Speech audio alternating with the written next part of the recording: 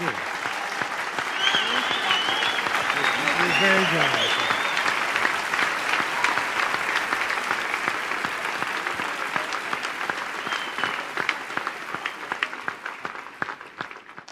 Abraham Lincoln said, "Any nation that does not properly honor its heroes will not long endure." Tonight, our whole goal is to properly honor every single hero and every single person that served in combat in the Vietnam War. We are overdue, but we want to make sure we get it done and done right, and I don't think anybody could have done it better than the team that put this whole week on. Do you?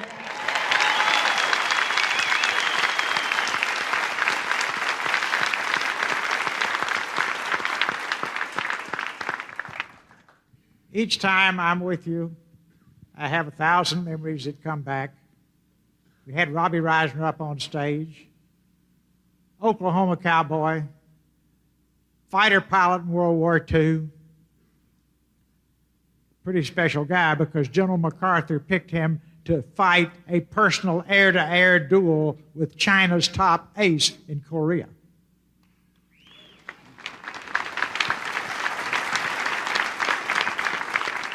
Robbie met him in the air on schedule.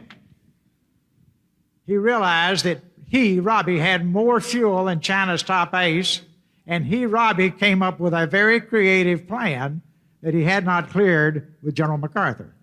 And that is, fight him defensively till he has to start back over the Yalu River because he's running out of fuel. So Robbie just played tricks with him and what have you, and then finally the guy started home. Robbie followed him across the Yalu River. 100 MiGs could greet you warmly there. That didn't happen. He followed him up to his own base. This was his master plan.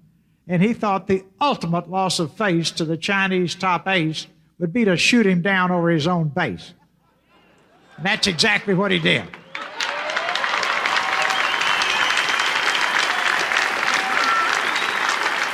There he is.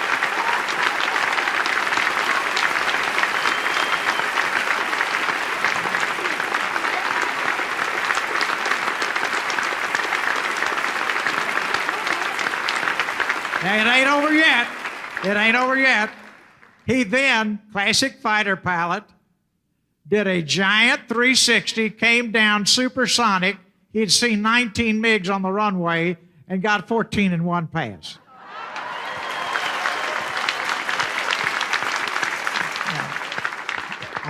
Unfortunately, that doesn't count toward being an ace, but he was already an ace, so that was taken care of. Back in war in Korea, this will tell you, this goes to the most fundamental things you're all taught in the military. He was up in North Vietnam on a mission. His wingman lost his engine. Robbie came in behind his wingman, put his fuselage into the jet outlet, and pushed his wingman across the border of South Vietnam. Now, any pilot here will tell you that's a good way to have both planes crash. He then pulled back and worked it out, made it home. Now, it's very important to all of you to understand that Robbie was hit by a SAM missile. The last thing he would ever want anybody to think is that he got shot down by another pilot. He was hit by a SAM missile in Vietnam. Unfortunately, Time magazine put him on the cover that our top ace, one of our top aces, was a prisoner of war. Vietnamese knew exactly who they had. And Robbie, you've already heard the story of the torture he had to endure. He was a role model to every other person in the prison.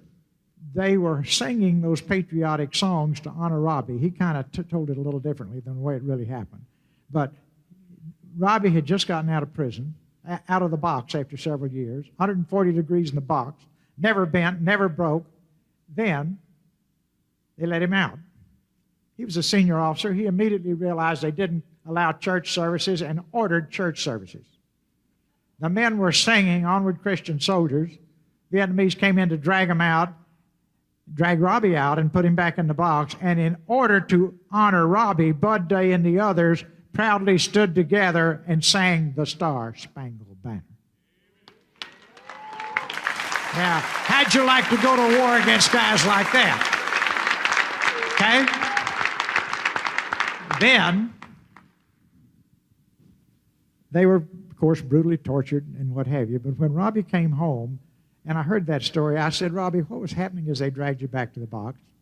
And his eyes were twinkling. He slammed one fist into the palm of the other hand. He says, Perot, with those guys singing the Star-Spangled Banner, I was 9 feet tall. I could have gone bear hunting with a stick.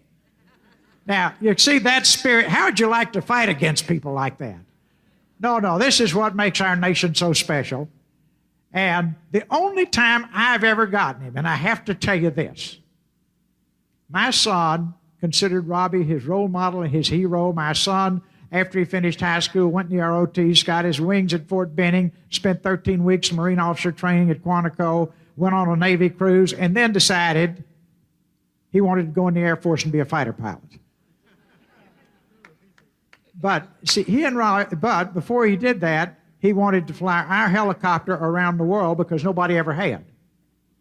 Robbie, you'd have thought he was Robbie's son. Robbie was just all over that flight. Robbie was at the Air and Space Museum when the helicopter went into the Air and Space Museum, and Ross replaced Lindbergh as the youngest man ever honored. Then 6 months went by, had no contact with Robbie. Robbie calls in one day. Said, and then the conversation is, now, what's young Ross up to now? I said, oh, Robbie, I don't want to talk about it.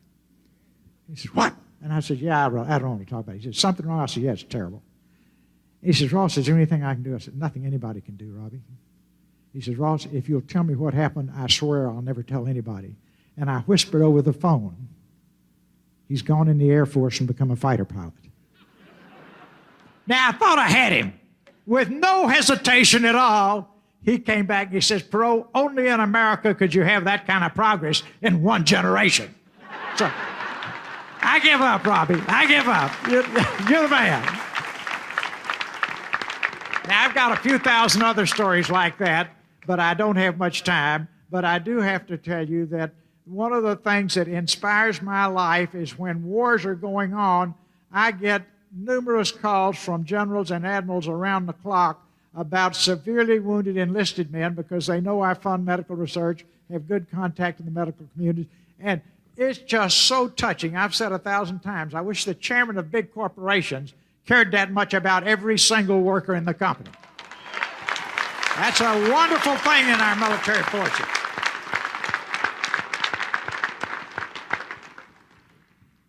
Now, one of my favorite stories, and the war was going on in Desert Storm. A sergeant from Pennsylvania was severely wounded and had 72 hours to live. His wife was talking to the commander over there on the cellular phones, which, earlier on, none of us could even conceive that could happen. She talked to my brother-in-law, who parachuted, was one of the first people to land in Normandy by a parachute on D-Day. He called me. I talked to her, and I said, well, I happen to know the top trauma doctor in the United States. I'll get him on the phones, and then I want you to brief him, and then I want you to connect him with Commander Wallace, because she was talking to him over the phone all the time. Make a long story short, Dr. Weigelt was home. He did it. He called back in about 30 minutes, and he says, Ross, there's good news and bad news. He says, my team would go. I hadn't asked him, but he'll be dead when we get there. He says, but there are 3 genius doctors called up in the reserves. You get all 3 in the room with him, he'll make it. I stewed around for a little bit. I called the person in charge at the National Command Center in the Pentagon. Now, they're pretty busy during the war, 24 hours a day, 7 days a week. You wouldn't think they'd have a lot of time to spend on a single wounded sergeant. I got Admiral Robertson on the phone. I'll never forget, he just listened. And when I finished with all the details, because, see, Dr. Weigelt told me there are 3 genius reserves called up. You find all 3 and get them in the room, they'll save his life. And here are their names, Perot. He gave me that, but he didn't know what branch of the service they were in. So I laid that in front of Admiral Robertson. I said, you think there's any way we could find these people? He says, don't worry, Ross, we'll take care of it. 3 hours later, we get a call back from Commander Wallace saying, he's stable, he'll survive. He's back at work in Greensburg, Pennsylvania, walking with a small limp. But the end of the story, and I have to tell this or the Marine Corps will shoot me, guess who they sent out to find the 3 genius doctors in the middle of a war that we didn't know what branch of the service they were in? A Marine general. He found them. They got there and saved the sergeant. Now, wouldn't we be a great country if we were all that committed to one another the way they are in the military?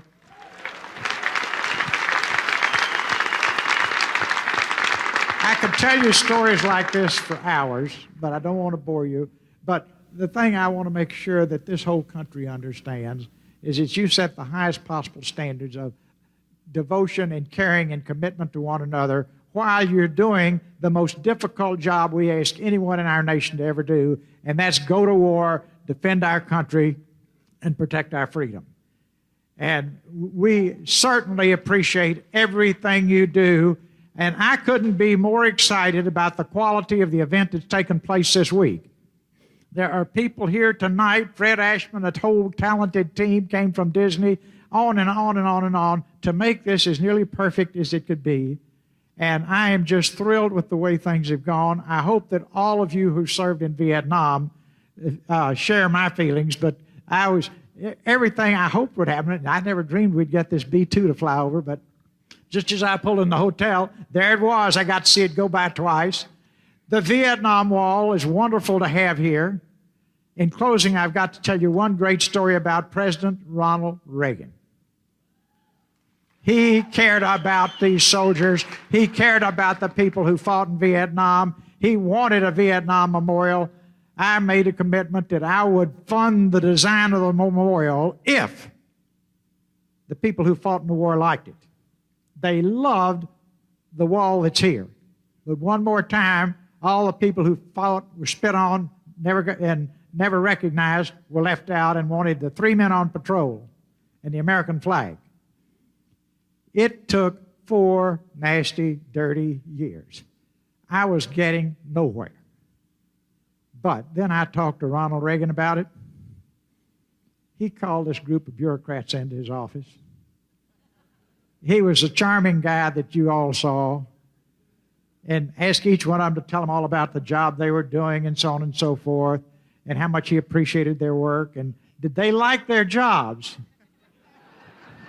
And they, oh, Mr. President, we love our jobs. And then the hard Reagan, he says, you want to keep your blank, blank, blank job? They got froze. He says, put the Vietnam Memorial up there with the 3 men on patrol, the American flag, and the wall. That's the end of this conversation. And that's how it got there. So one time, one dedicated patriot can make a difference, and that was Ronald Reagan. So every time you look at that, think of him. God bless you all. Keep up your great work. And as long as we have people like you, we'll have a bright future in our country, and particularly you. Now then, I'd like to ask all these young people who fought in this war, come up on stage, would you? Come on up stage. Just take me a minute. I can tell you this, I'd hate to be on the other side. God bless you. What a team. Okay. We're not going to wait 30 years to recognize these guys, right? All right, we're going to, actually, it's an old British tradition. It's called 3 cheers. I will say hip, hip. You say hurrah, hooray. And then, but I say hip, hip louder. You say hooray louder. And then the last time you just lift the ceiling. Got it? Okay, here we go. Hip, hip. Hip, hip! Hooray! Hip, hip! Hooray! God bless you all, and thank you very much.